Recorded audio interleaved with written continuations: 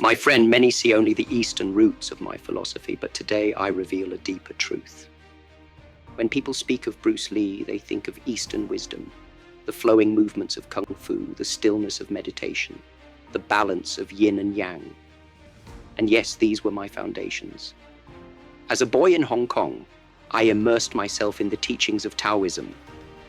My first sifu would strike my head when my mind wandered during training. Be like water, he would say. Empty your cup so it may be filled. I spent countless hours practicing Wing Chun, believing the answers to combat and to life could be found solely within these ancient Eastern traditions. But when I came to America at 18, something unexpected happened. A philosophy student at the University of Washington, I discovered that Eastern wisdom alone could not answer all my questions. It was like I had been breathing with one lung, seeing with one eye. This is not easy to admit, my friend. To acknowledge that the traditions of my ancestors, traditions I had revered, were incomplete. That the martial arts I had practiced since childhood had limitations. There is a certain pain in realizing that what you have built your identity upon needs transformation. Western philosophy didn't just give me new techniques or ideas, it transformed who I was. The Bruce Lee who left Hong Kong was not the same Bruce Lee who created Jeet Kune Do. The difference was not just years of practice. It was an entirely new philosophical foundation.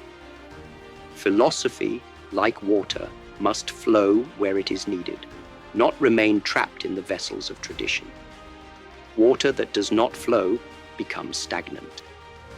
Ideas that do not evolve become dogma. Let me share with you the Western currents that changed the course of my thinking, and perhaps they may change yours as well. When I first arrived in San Francisco in 1959, I carried more than just luggage. I brought with me a certain pride, a conviction that the martial wisdom of China contained all the answers I would need. I remember walking through Chinatown, seeing the familiar characters, smelling foods from home, and feeling a sense of security in these fragments of the East. But America challenged me in ways I had not anticipated. The questions students asked me were different. The fighting approaches I encountered were unlike those in Hong Kong. Even the way people moved their bodies, their physical presence, carried a different energy. At first, I responded by becoming more rigid, more traditional. I clung to my Wing Chun teachings like a drowning man to a piece of wood. I would correct students on the minutest details of form, insisting that thousands of years of Chinese wisdom could not be questioned. This was my defense against the unfamiliar. Then came a turning point.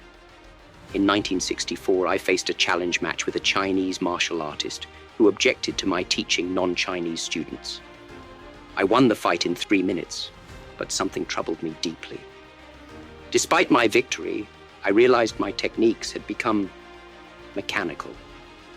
I had been fighting to defend tradition rather than to express truth. This realization was like a splash of cold water on my face. I began to question everything I had learned. What good is tradition if it becomes a prison? What value is ancient wisdom if it cannot adapt to present circumstances? I came to America carrying a cup of Eastern wisdom, only to discover an ocean of Western thought that would transform me. The cup was precious, yes, but so limited compared to the vastness of what I could learn by opening myself to new ideas, new approaches. The great mistake many make is thinking Bruce Lee simply brought Kung Fu to America. No, my friend. America brought something equally valuable to Bruce Lee. The Western philosophical traditions that would help me break free from the limitations of any single approach to understanding reality. Let me share with you the Western currents that changed the course of my thinking. My first profound encounter with Western thought came through American Pragmatism, particularly the works of William James and John Dewey. I discovered them in my philosophy classes at the University of Washington. These thinkers approached truth in a way that immediately resonated with my developing ideas about martial arts. William James proposed something revolutionary, that the truth of an idea should be measured by its practical consequences, what he called its cash value, not by how elegant it sounds, not by how ancient it is, not by who taught it, but by whether it works in actual experience. Let me explain how this transformed my thinking. In traditional Kung Fu, we have a technique called the crane's beak, a precise finger strike aimed at vital points. For years, I had practiced this movement thousands of times. The form was perfect, my Sifu had praised it. According to tradition, it was devastating. Then one day in Oakland, I was working with a student, a boxer with quick reflexes. I attempted to demonstrate the effectiveness of this technique in a controlled exercise. Not only could I not land it effectively, but the attempt left me vulnerable to counterattacks. Despite years of practice, this traditional technique failed under actual testing conditions. This experience forced me to confront a difficult question. What good is a perfect form if it cannot serve you in combat? This is precisely what James meant by judging ideas by their practical consequences, rather than their theoretical elegance. John Dewey's philosophy added another dimension to my thinking. Dewey emphasized learning by doing, the idea that knowledge emerges from active engagement with problems, not from passive acceptance of instruction. This validated my growing conviction that martial arts must be learned through practical application, not just by copying forms. In my school, I began changing how I taught. Instead of having students repeat movements endlessly before trying them in combat, I would introduce a basic concept, have them practice briefly, then immediately test it under increasingly realistic conditions. This is how we truly learn, through doing, failing, adjusting, and doing again. This pragmatic approach led me to modify or discard techniques that looked impressive, but proved impractical. I began measuring everything against the standard of utility. Does it work? How efficiently does it work? Can it be improved? These questions became the foundation of Jeet Kune Do.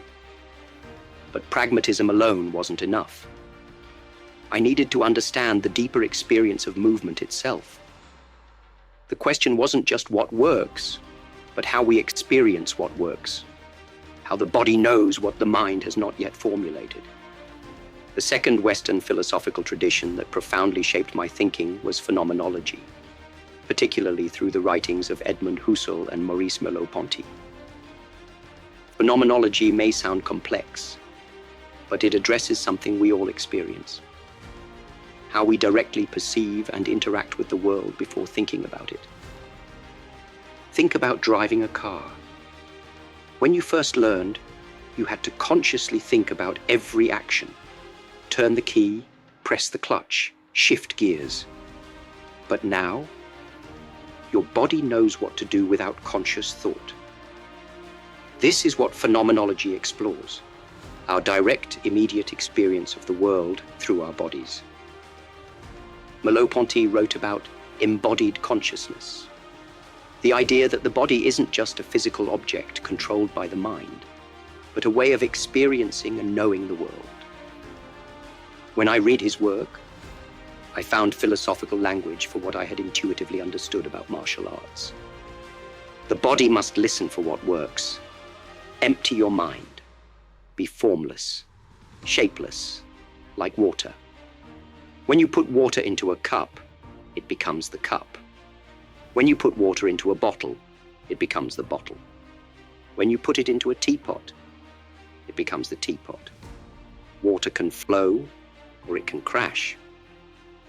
Be water, my friend. This isn't mystical talk. It's deeply practical. In real combat, you don't have time to think through every move intellectually. Your body must respond before your conscious mind has analyzed the situation. Merleau-Ponty's work validated this understanding that the body knows independently of intellectual understanding. Husserl's method of bracketing, temporarily setting aside preconceptions to perceive phenomena directly, gave me another powerful tool. In traditional martial arts, we often see an opponent through the lens of our style. A Wing Chun practitioner sees openings for Wing Chun techniques. A karate practitioner sees opportunities for karate responses. But this limits us. I began teaching my students to bracket their preconceptions, to momentarily suspend what they thought they knew and see combat as it actually is, not as their style conceptualized it. This Western philosophical technique complemented Eastern mindfulness, but approached it through a different path. I learned the importance of this the hard way. In 1965, I was sparring with a student and became frustrated when he wasn't responding as I expected. I started mentally analyzing what was happening instead of directly experiencing the exchange. This split second of intellectual processing was enough for him to land a solid hit. I had stopped being water and become ice, rigid, brittle, breakable.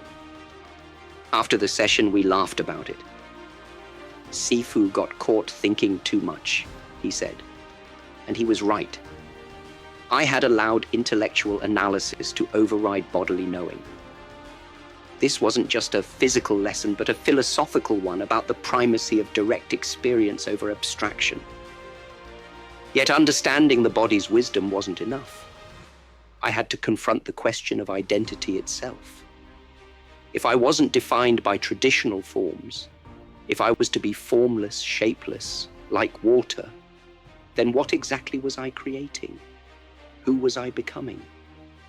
The third Western influence that transformed my thinking came from existentialism, particularly through Jean-Paul Sartre and Friedrich Nietzsche. These philosophers addressed the most fundamental questions. Who am I? How should I live? What gives life meaning? Sartre's central insight, that existence precedes essence, struck me like lightning when I first encountered it. What does this mean? Simply that humans have no fixed, predetermined nature. We create ourselves through our choices and actions. We are not bound by predetermined patterns or identities. This challenged everything about traditional martial arts. In the classical approach, there is an essence of Kung Fu that practitioners must conform to, fixed patterns established by masters long dead. But Sartre was saying, no. First you exist, then you determine what you will become through your choices. I must tell you honestly, abandoning the security of traditional structures was frightening. When I first began to move away from Wing Chun toward what would become Jeet Kune Do, I felt lost. There was no map, no pattern to follow. Each day I had to choose what to keep, what to discard, what to create anew. Many nights I lay awake, doubting myself, wondering if I was betraying my teachers, my tradition, my heritage. But Nietzsche gave me courage. His concept of will to power, so often misunderstood as domination over others, is actually about self-mastery and creative expression. It's about overcoming not others, but oneself. Transcending limitations, creating new values. As Nietzsche wrote, one must still have chaos in oneself to be able to give birth to a dancing star.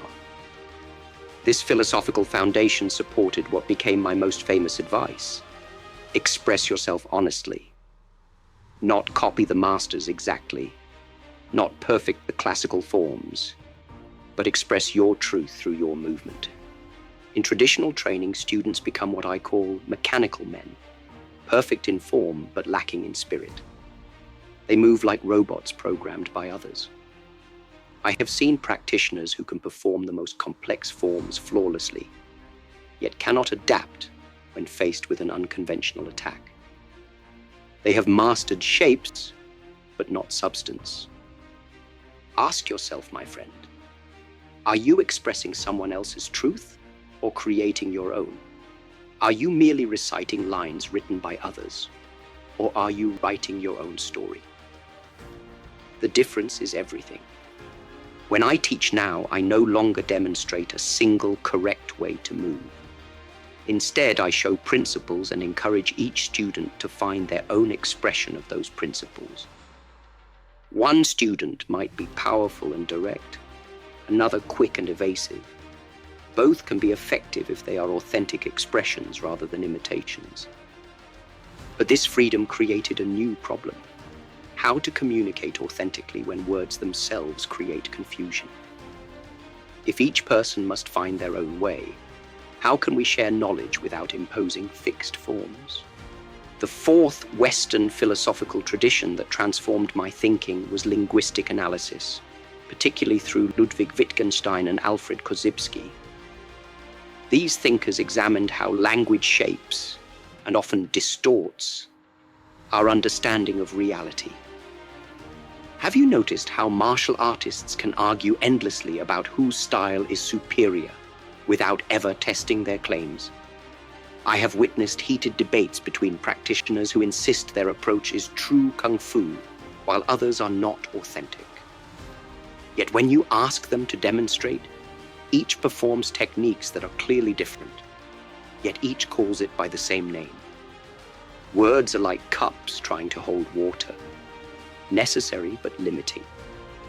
They can contain some meaning, but the fullness of experience always overflows them. This insight came to me from Wittgenstein, who recognized that many philosophical problems arise from linguistic confusion rather than reality. Consider how we name techniques. In Wing Chun, we have Pak Sao, a certain hand movement for deflecting attacks. In karate, a similar movement might be called by another name. Students argue about which is correct, not realizing they're arguing about labels, not reality. Wittgenstein would say they're trapped in a language game, mistaking words for the experiences they imperfectly represent. Korzybski's famous principle, "the map is not the territory," gave me an even more powerful framework. Martial arts styles are maps, not the territory of combat itself. They are descriptions of reality, not reality itself. When we mistake the map for the territory, we limit ourselves to what the map shows and become blind to what it doesn't. This helped me understand what I called the classical mess, the confusion of formalized systems with the reality they claim to represent. Traditional styles became so enamored with their own terminology, categories, and ritual movements that they lost touch with the fluid reality of actual combat. I remember reading martial arts manuals that described techniques in such flowery, abstract language that they became practically meaningless. Extend the hand like a shooting star while stepping like a dragon descending from the clouds. What does this actually mean in practical terms? Such poetic descriptions may inspire, but they often obscure rather than clarify. Don't get set into one form, adapt it and build your own and let it grow. Be like water making its way through cracks. Do not be assertive, but adjust to the object, and you shall find a way around or through it. This understanding of language's limits led me to see how apparent opposites could be integrated. If words like hard and soft, structured and spontaneous are just imperfect labels for aspects of reality, then perhaps the dichotomies they suggest are not real dichotomies at all. The fifth Western philosophical influence came from dialectical thinking, particularly through Hegel. While I didn't embrace all aspects of Hegelian philosophy, his dialectical method, understanding development through the integration of opposites, profoundly shaped my approach to martial arts. Think of it like cooking. When you taste something that is too salty, you don't remove the salt. That's impossible. Instead, you add other ingredients to create balance. The salt remains, but its relationship to the whole has changed. This is how dialectical thinking works, not eliminating opposites, but integrating them into a higher synthesis. Hegel described a process where a thesis meets its antithesis, creating a synthesis that contains elements of both while transcending their limitations. This helped me conceptualize how seemingly contradictory elements in combat could be integrated rather than opposed. Many traditional arts emphasize either hard or soft approaches. Karate, for instance, often emphasizes power and direct force, a hard approach. Tai Chi emphasizes yielding and redirection, a soft approach. Most practitioners believe they must choose one path or the other. I learned this wasn't necessary. In developing Jeet Kune Do, I had a breakthrough while working with a Tai Chi master in 1967. He could easily neutralize my direct attacks using soft principles, while I could counter his techniques with speed and interception. We reached a stalemate until I began experimenting with combining elements of both approaches. I discovered that the most effective fighter isn't rigidly hard or completely soft, but capable of being either or both as the situation demands. Sometimes you need to be like oak, unyielding and strong. Other times you need to be like willow, bending with the force. The true master knows when each quality is required and can transition between them instantly. This Western dialectical approach complemented Eastern concepts of yin and yang, but with an important difference. Traditional yin-yang often presents a static, balanced harmony. Hegel's dialectic emphasized ongoing development and progression, not just balance, but growth through the resolution of contradictions.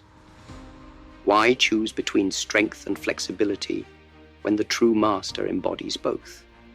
Why separate speed from power when they can reinforce each other? Why distinguish between form and formlessness when the highest form is to be formless? But philosophy alone is insufficient. I needed evidence, not just theory. Ideas must be tested against reality, or they remain merely intellectual exercises without practical value. The sixth Western philosophical tradition that influenced me was scientific empiricism. While not a formal philosophical school, the empirical method of observation, hypothesis testing, and revision based on evidence transformed how I approached martial arts development. When I began using scientific methods to analyze fighting techniques, many traditional masters were shocked.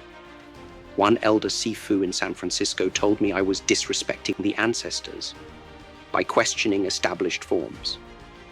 I respectfully asked him how he knew his techniques were effective. Because my master taught them to me, and his master before him, he replied. When I suggested we test them under controlled conditions, he refused, saying true Kung Fu cannot be measured. But I believed otherwise. If a technique works, its effectiveness should be demonstrable. If it doesn't work, no amount of tradition can make it effective. This empirical stance led me to methods that traditional martial artists found revolutionary and sometimes threatening. I began filming my movements and those of my students to analyze them frame by frame. This allowed me to see what the human eye could not, the minute details of effective technique that were often different from what tradition prescribed. Like water revealing the true shape of what it touches, empirical testing reveals truth in movement. I used timing devices to measure the speed of different approaches. I discovered, for instance, that a straight punch from your leading hand typically reaches the target more quickly than most traditional defensive blocks can be deployed. This simple empirical observation led to the development of the stop hit in Jeet Kune Do, intercepting an attack with your own strike rather than blocking first. Some traditional masters laughed when they saw me with stopwatches and cameras. Bruce has turned fighting into a science experiment, they would say. One elderly teacher in Chinatown started calling me the physicist of Kung Fu, not as a compliment. But the results spoke for themselves. Students using empirically tested methods were consistently outperforming those trained solely in traditional approaches. I remember demonstrating my findings at a martial arts gathering in 1969. I had measured the reaction time needed for various defensive responses and calculated the most efficient counters. Several masters dismissed my presentation as too mechanical. After the formal demonstration, one challenged me to spar, believing his intuitive approach would triumph over my scientific methods. Let's just say the empirical evidence that day was quite persuasive. The scientific principle that theories must be tested against observable reality, regardless of their traditional authority or intuitive appeal, became central to my approach. No technique was above scrutiny. No method was accepted on authority alone. Everything had to prove its worth in practical application. Yet technique and efficiency alone don't explain why we seek mastery. For that, I turned to humanistic psychology. The seventh Western influence came from humanistic psychology, particularly through Abraham Maslow and Carl Rogers. While most psychological traditions focused on pathology and dysfunction, these thinkers asked a different question. What does it mean to reach our highest potential as human beings? Maslow's hierarchy of needs and concept of self-actualization gave me a framework for understanding martial arts as more than self-defense, as a path toward realizing one's highest potential. According to Maslow, once our basic needs for safety and belonging are met, we naturally seek growth, self-expression, and meaning. This explains something I had observed but couldn't articulate. Many practitioners continued their training long after they had achieved practical combat proficiency. I realized that martial arts training satisfies needs at multiple levels of Maslow's hierarchy. At the basic level, it provides security through self-defense skills. At higher levels, it offers belonging to a tradition and community. But at the highest level, what Maslow called self-actualization, it provides a path to become all that one is capable of becoming. This insight transformed how I viewed my own practice and what I offered my students. I wasn't just teaching fighting techniques, I was providing a vehicle for self-realization. The physical aspects of training were important, but they were means rather than ends. The ultimate purpose was to develop the whole person. Rogers' emphasis on authenticity and congruence, the alignment of inner experience and outer expression, deeply influenced my understanding of martial arts as honest self-expression. Rogers believed that psychological health comes from removing the masks we wear for others and allowing our true self to emerge. This paralleled exactly what I was discovering about effective martial arts. I have struggled with this alignment myself. There were times when I taught certain techniques because I felt people expected them from Bruce Lee, not because they represented my true understanding. I remember filming scenes for Enter the Dragon, where I performed elaborate movements that looked good on camera, but that I would never use in actual combat. This incongruence troubled me deeply. How could I speak of honest expression while performing for others' expectations? This internal conflict led me to be more forthright with my students. I began distinguishing clearly between what I taught for cinema and what I taught for life. I emphasized that true martial arts mastery isn't about accumulating techniques, but about stripping away everything inessential until only your authentic expression remains. My friend, the highest technique is to have no technique. My technique is a result of your technique. When you don't create a style, when you don't hold onto a particular method, truth comes to you. The fighter who clings to set patterns and memorized techniques is already defeated before the battle begins, not by his opponent, but by his own rigidity. These philosophical streams eventually converged into something new, a philosophy beyond East or West. Not a rigid system, but a living approach that continues to evolve as I evolve. The journey I've described wasn't merely intellectual.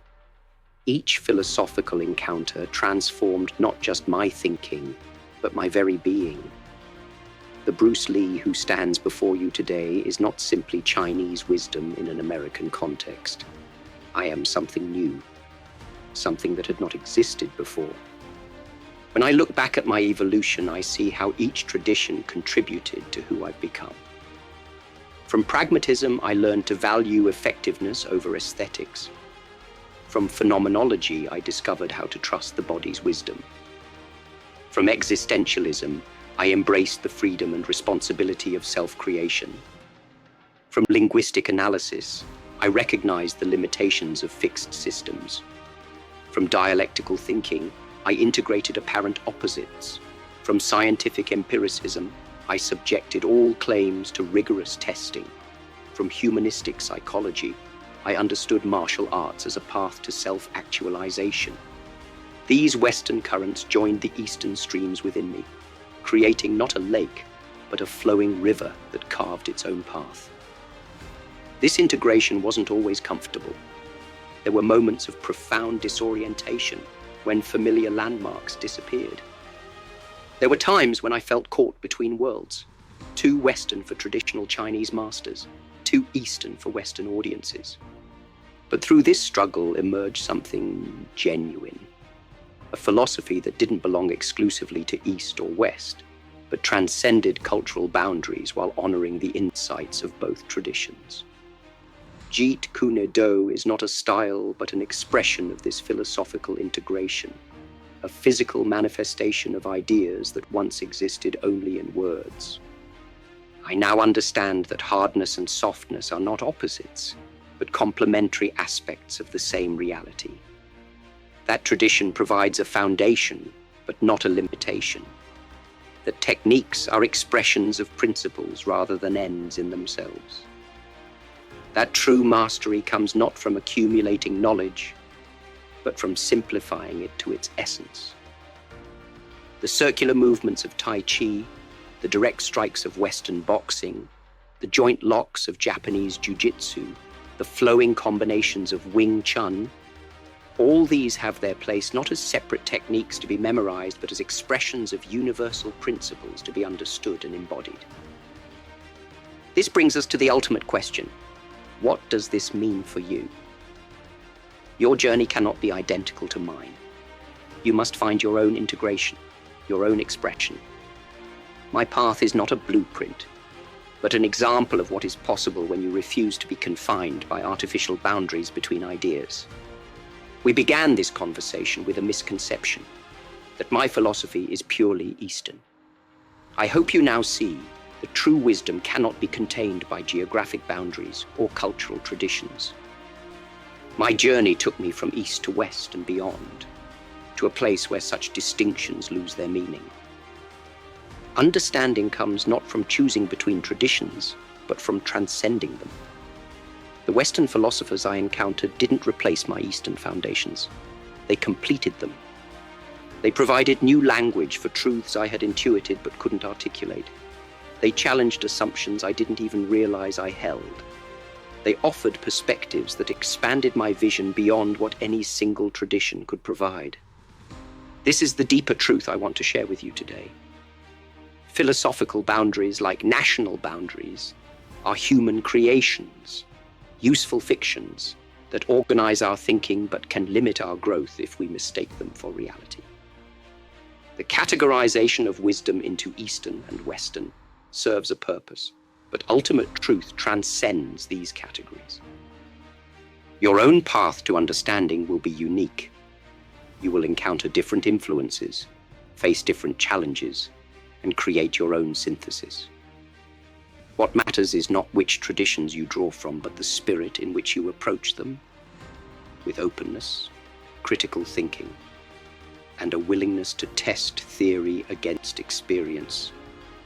My contribution is not a new style to be followed, but an example of the possible, a demonstration that one can honor tradition without being imprisoned by it, that one can integrate seemingly contradictory philosophies into a coherent whole, that one can be rooted in culture while transcending its limitations. Remember this above all. Absorb what is useful, discard what is not, add what is uniquely your own. True wisdom, my friend, flows like water, finding its own path regardless of the vessel that first contained it.